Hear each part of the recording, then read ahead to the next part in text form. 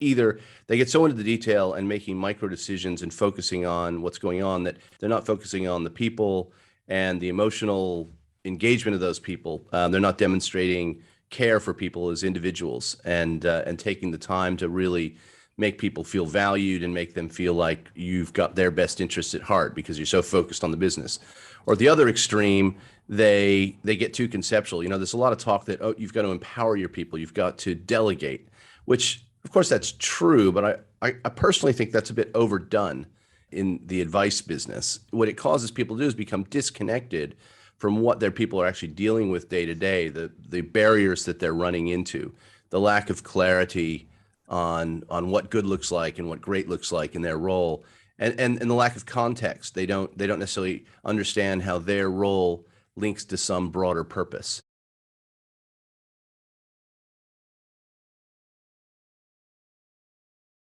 Welcome, folks, to today's episode of the Strategy and Leadership Podcast. My guest today is Brian Hartzer. Brian, how are you today? I'm well, Anthony. Thanks for having me. Excellent. I appreciate you. You're on the other side of the world today, at least for me. I don't know about our listeners, but I'm really excited to be able to, chat with you and learn about your experience and what you're working on right now. So for our audience, so Brian is the chairman of Before Pay. He's also the former CEO of Westpac Banking Group in ANZ. And then you're also involved with several other companies, if I've understood that as well, Brian. Is that true? Yeah, that's right. I'm spending a lot of time in the startup world, but I also do a bit of consulting to larger companies as well here and there. Really interested in data, fintech, things like that. Cool. And you just wrote a book as well? I did. Yeah. I tried to share the one thing that I thought I'd really learned that might be useful to other leaders, which is it's a book called The Leadership Star, A Practical Guide to Building Engagement. And it's all about staff engagement and what does an individual leader need to do as opposed to relying on the HR department to work on staff engagement issues. Cool. Awesome.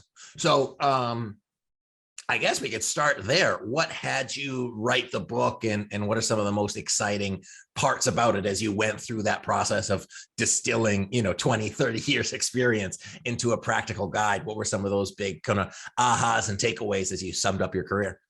Yeah, sure. Well, I don't have an MBA, and I found myself I started out as a management consultant, and 10 years in, one of my clients hired me to run the credit card business of this bank in Australia. And I suddenly found myself managing 1,000 people and thinking, I need to figure out how to do this. And at the time, we used to do a lot of staff engagement surveys. And once a year, the HR department would come and take me through the results. And they'd say, communications is up this year and your overall score is this, and satisfaction with pay is this, and so on. And after a couple of years of this, I said, okay, but what do I personally need to do? And they couldn't help me. And that just bothered me. And so over the next few years, I started really paying attention to leaders who were successful at driving engagement. I had a basic belief that if you could get people emotionally committed to their work, then you were more than likely going to do better and outperform. And so started focusing on it, and it worked. And over the years, we started getting really good engagement scores. We started seeing our business performance, our market share go up dramatically. And so one of my colleagues in another part of the bank one year said, can you come talk to my team about what it is you're doing? And so I went along, and being a good ex-consultant, I made this big long list and then said, well, you can't have more than 5 things on it. So I boiled it down to 5 things and shared that with that team. And they said, oh, gee, that's pretty helpful. And so I turned it into a PowerPoint presentation. I started giving it to my managers and my businesses. They found it really helpful. And then years later, one of my communications advisors said, you really ought to put this in a book. And I said, yeah, that's sure, I'm busy. But then I left Westpac. Lockdown happened, and I thought, well, maybe now's the time to write all this down. And I just tried to think of it as the book I wish I had 20 years ago when I was starting out, trying to figure out, okay, how do you actually do this leadership thing? What do I do on Monday? It's great. You can read all these. I read all these leadership books and go, that's really interesting, but forgotten what it said by the end and didn't really know how to put it into practice. And so I tried to think about, okay, what can I share that's actually going to be useful to people? And that's what the book is. Cool. What do you think people get wrong about it? And I ask that because, some CEOs that I talk to, they're just so in the trenches. And the nice thing about a consultant is you're kind of able to have that strategic mind to step away. But I guess, what do people get wrong about it? And then how do you balance that, hey, working on the business and in the business as a CEO? So I'll let you take either of those, however you want to take it. Yeah, sure. Well, I think people tend to go to one of the two extremes. I think in a way you've highlighted the point in the way you asked the question. I think either they get so into the detail and making micro decisions and focusing on what's going on that they're not focusing on the people and the emotional engagement of those people. They're not demonstrating care for people as individuals and taking the time to really make people feel valued and make them feel like you've got their best interests at heart because you're so focused on the business.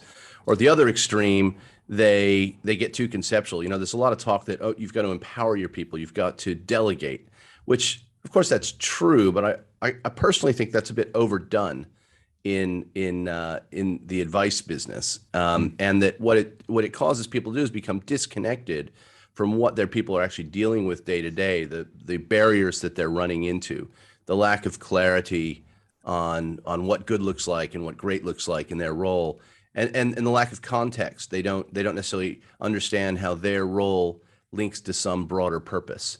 And so it's working through things like that and making sure that you're willing to operate or able to operate at a high level to give people that context, but also from time to time to dig in to the individuals, to their specific experience, and are taking steps to make their lives easier, help them be successful on whatever terms matter to them.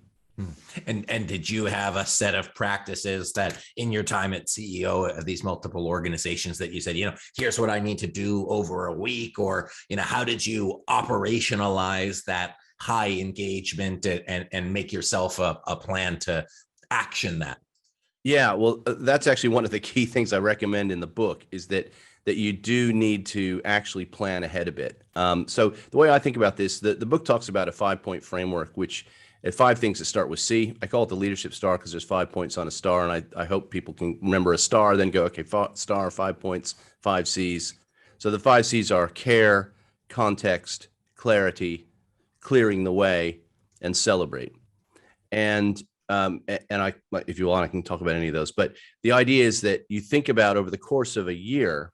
In my case, I used to plan my years out in advance and just say, okay, for each of my stakeholder groups, how am I going to demonstrate those 5 C's at some point through the year? How frequently do I need to do it? How am I going to do it? And it didn't mean that I had every moment of every day scheduled, but I would use that as a checklist to make sure that I was actually getting out and doing those broad things at some point. And I would plan out how often do I want to do this, do that planning at the beginning of each year, usually in January. And then that would become a framework for actually scheduling the activities that I would go and do. And I found that really helped make sure that, because you get busy, right? I mean, it's hard to keep all these things in your head. So if you don't plan out a bit, it's really easy to forget to get daily recognition going on, or making sure that you're talking to people at different levels and reminding them about why their role is important, those sorts of things. Yeah, absolutely. So, one of the ways that we kind of look at it is like from a stakeholder engagement perspective meets communication plan and making sure that you're starting with that. And I think a lot of CEOs and leaders, they get so worked up with the details of their plan. They're like, hey, I've got a plan and I've got to do all this operational stuff, but they forget the environment around it. And Brian, what I'm hearing is that you're like, hey, for you to be successful and how you've been successful is making sure not just your internal environment, like your direct team members, but everybody that's involved in kind of the ecosystem, or I'll say solar system, because you talk about a star, everybody has to have that connection and be on the same page for you to be able to move such big things like banking and finance that have so many like legal and privacy, like so many different requirements, that in order to move an industry like that forward and a company like that forward, you need to make sure that everybody from a micro to a macro level is on the same page and bought it. Does that make sense? That's so right. That's so right. You could almost have written the book, because there's a whole chapter on communications in there and talking about how you plan that out. And you're exactly right. I mean, one of the things I used to think about a lot is I had 40,000, in some cases 50,000 people working for me. How do you have an impact beyond the 8 or 10 people that are your direct reports, the 20 people you deal with every day? And so actually thinking strategically about what are the symbolic acts I can do? What are the things that are going to allow the broader organization to connect? to the messages that I'm trying to get out there, and to make sure that they're feeling the same sort of connection that maybe the people I can directly affect are feeling. Cool. I love that. So this might not be in the book. Were there any times in your career that you kind of just like got your butt handed to you, and it was kind of like a reflection where you said, hey, I need to, like, how do I avoid this happening again? Or, some really key learnings that shaped you as a person, but also as a leader? Absolutely. We don't have time for it now, but I did a whole presentation at one point, a speech called How My Failures Created My Success. So I think the reality is you do learn from those things that go wrong. I mean, there's one thing that is not related to the topic we were just talking about, but which I think is one of the main lessons I like to share with people. We, about 5 years into my leadership career, we had a big accounting error in a business I was running. Nothing, not my fault, but happened on my watch. And we had to take a big write down. And my boss at the time, the CEO of the company, was pretty upset. He tore me a new one in public at one of our analyst meetings about it. And I felt pretty miserable for a couple of months. And one day, one of my colleagues said to me, look, I get that you feel bad, and it's good that you feel bad, but I'd like to see a little less feeling bad and a little more focus on fixing it. And then someone else said to me, the problem here is that when things are going well, you thought you were great. And now that things aren't going well, you think you're terrible. And actually, neither of those is true. And you need to separate how you feel about yourself from how you feel about the business success. And that was a profound bit of advice for me, because it's so easy when you're ambitious to get caught up in, okay, we've had a great month, we've had a great quarter, I must be a terrific leader. And then all of a sudden you have a bad one, and then you feel miserable, and you get on this emotional roller coaster. And I found that by actually saying, well, no, there's a lot of randomness that happens in business and in life. And there's things that can go wrong that you can't control. And so my mantra has become, all I can do is all I can do, and it'll be what it'll be. And so my sense of how I evaluate myself is, am I conducting myself in accordance with what I think are my values? Am I treating people well? Am I working hard? Am I working smart? Am I emotionally available to my family, my friends? Am I looking after myself physically? And if those things are true, then I'm okay. And I want it to go well. I care about it going well, but I recognize, particularly as you get into a more senior position, there's just stuff that can happen that you can't control. And it doesn't make sense to let that knock your world over.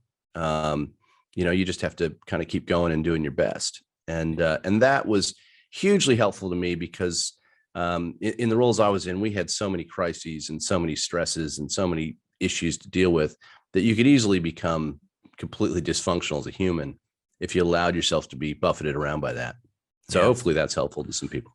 Yeah, absolutely. I think it's a really great point to reflect and re-listen to, folks. So you skip back, 2 minutes and hear that again. And I think sometimes it's easy to lose sight of the work that we're doing and then the person that we are. And I think, it might be humbling to imagine that, like, if you weren't there, somebody would replace you, but your family, friends, and yourself, couldn't replace you. So making sure that you look at yourself completely in that and do your best and manage what you can. Right. I just think it's such a natural thing when you're ambitious and you're working hard. It's a really easy trap to fall into, because, you're evaluating early on in your career. It's, am I any good? Am I going to be successful? Your measure of that is, am I getting promoted? Am I getting a bonus? Am I getting new responsibilities? Is my title improved? All those sorts of things.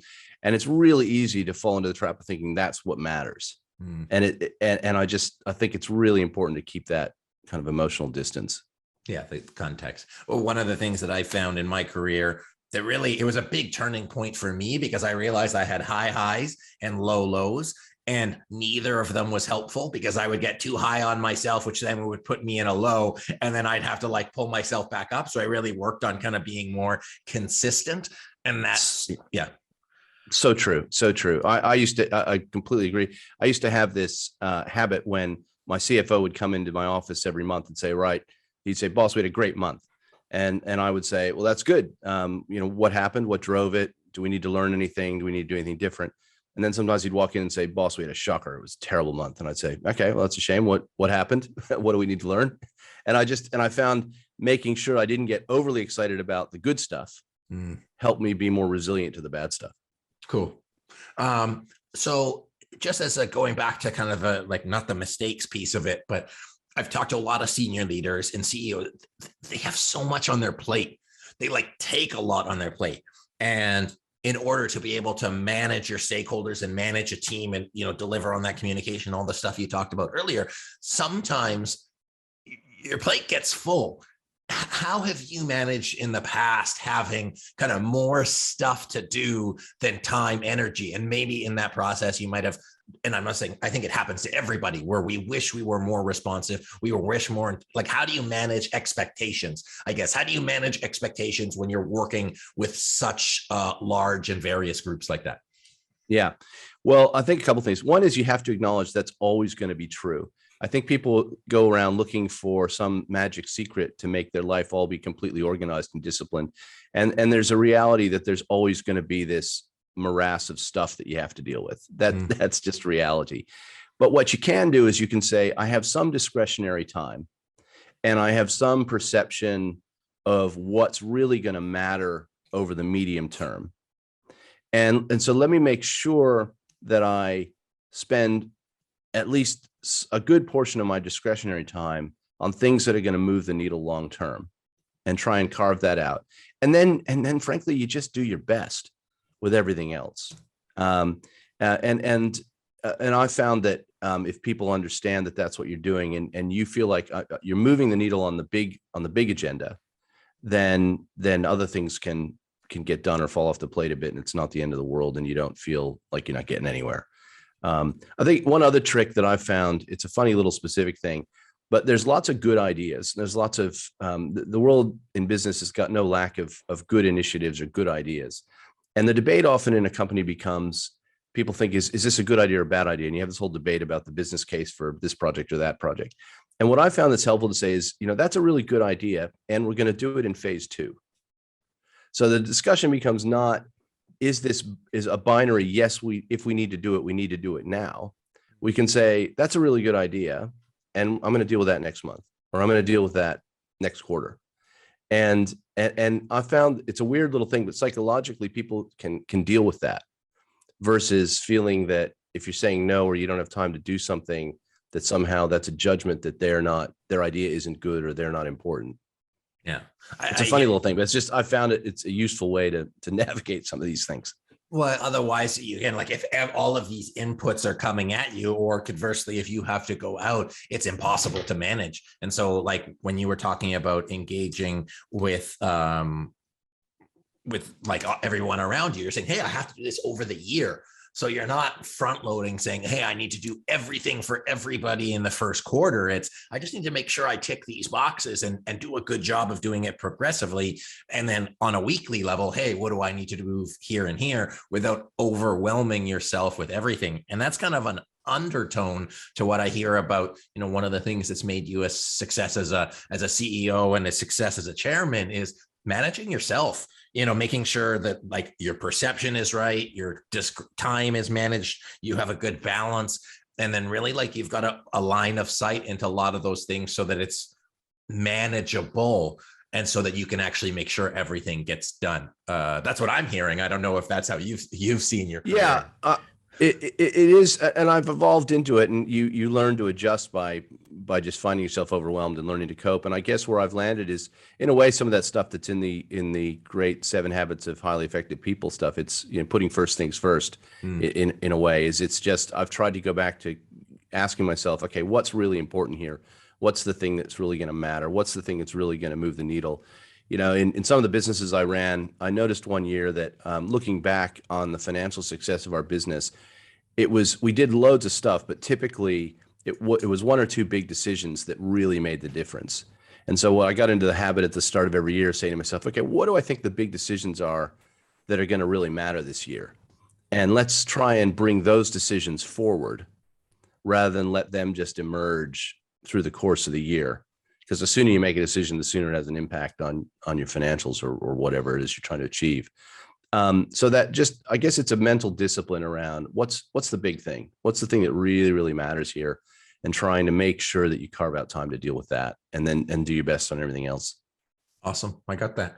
So shifting gears a little bit, looking forward with either Before Pay or any of the organizations that you're working with now, what are some of the things that excite you about the businesses you're involved in? What are some of the things that are challenging you? And then if you want to go without spilling any secret sauce, what are the things that you want to work on and tackle in this, kind of next couple of years in your roles? Yeah, well, in financial services, it's such an interesting time where consumer needs are changing and expectations are changing. I mean, everyone's been talking about the impact of digital, for example, during lockdowns and the rest of it. And so that's changing how people want to receive services. You've got the aging of the baby boomer cohort, which is starting to have a real major impact on spending across Western economies, and what services people want and so on. So I think that's really interesting. And then technology has become so much cheaper and easy to deploy and modularized that the ability to create new businesses that solve old problems or anticipate new needs, I just think is really, really interesting. And so I've spent a lot of my time on startups that are doing that. So Before Pay is a pay in advance business that allows people who are living paycheck to paycheck to access their pay before it comes in. I'm involved with another company called Rejig, which is an HR technology business that allows large companies to build profiles of all the employees that work there and identify the skills and experiences that they have so that they can more easily tap into the latent talent potential. The mantra of the company is zero wasted potential, which is enabled. A big problem in big companies is you hire someone and a year later you've forgotten everything they've done before, and they just become the person who's doing X today. And so companies are missing out on taking advantage of the talent that's embedded in them. And technology creates a way to solve that, which I think is really interesting. And then I'm working on a startup that's still in so-called stealth mode at the moment, which is looking at helping affluent baby boomers help their kids buy homes, and how do kids get on the property ladder, which is really interesting. So I just think that there's a bunch of demand and a bunch of capabilities that are really, really interesting, and you don't have to tackle it in a large corporate environment. And I'm just really enjoying the creative process of being involved in these startups. It's just a lot of fun. And yeah, I've enjoyed my time in big banks, but I'm loving my time in startups. Oh, well, I look forward to your next book about all the things that you learned in startup land coming from a big established financial CEO, because it's definitely different. It's a different game for sure. And what I think is really cool out of all the organizations that you're involved with, you're solving new problems, like problems that I don't think really were at the forefront 10, 20, 30 years ago. And I think it'll be really interesting how the world moves into solving those problems, but using your experience and expertise as a CEO to be able to move those forward. So I'm super excited for that. Also excited for your book, Leadership Star. I think it's a great pickup for anybody. I can totally plug people's books. So that's what I'm going to do. Thank you. Plug away. Yeah, but really, in my experience, working with senior leaders and CEOs, any framework you can have to structure your communication, get buy-in, drive change is going to be critical. So Brian, I know that's going to be at the forefront of your next roles, and listeners, I know it's something that you're going to take in for the rest of your career. So having 2 or 3 tools in your pocket can make a big difference there. So Brian, where can people connect with you? Where can they learn more about the organizations that you're involved in? Well, I'm on LinkedIn, easy to find there. And there's a website called www.theleadershipstar.com, all one word, which if you sign up there, you can get a free chapter of the book, which gives you the basic framework. But LinkedIn is easy as well. Fantastic. Well, I appreciate you coming on to share, because I know what you shared was simple, but to be able to make something complex simple takes years of experience. And I'm grateful that you came on to chat with me and chat with our audience today. Thanks, Anthony. I really enjoyed it. It was a lot of fun. Likewise. So folks, my guest today, Brian Hartzer, who is the chairman of Before Pay and the author of Leadership Star. Go check out his book, like I said, take the tool, connect with them, learn more about what they're doing. And if you're trying to get your kid on the property ladder, check out his startup as well. So this has been the Strategy and Leadership Podcast. My name's Anthony Taylor. Thanks for joining us, and we'll see you next time.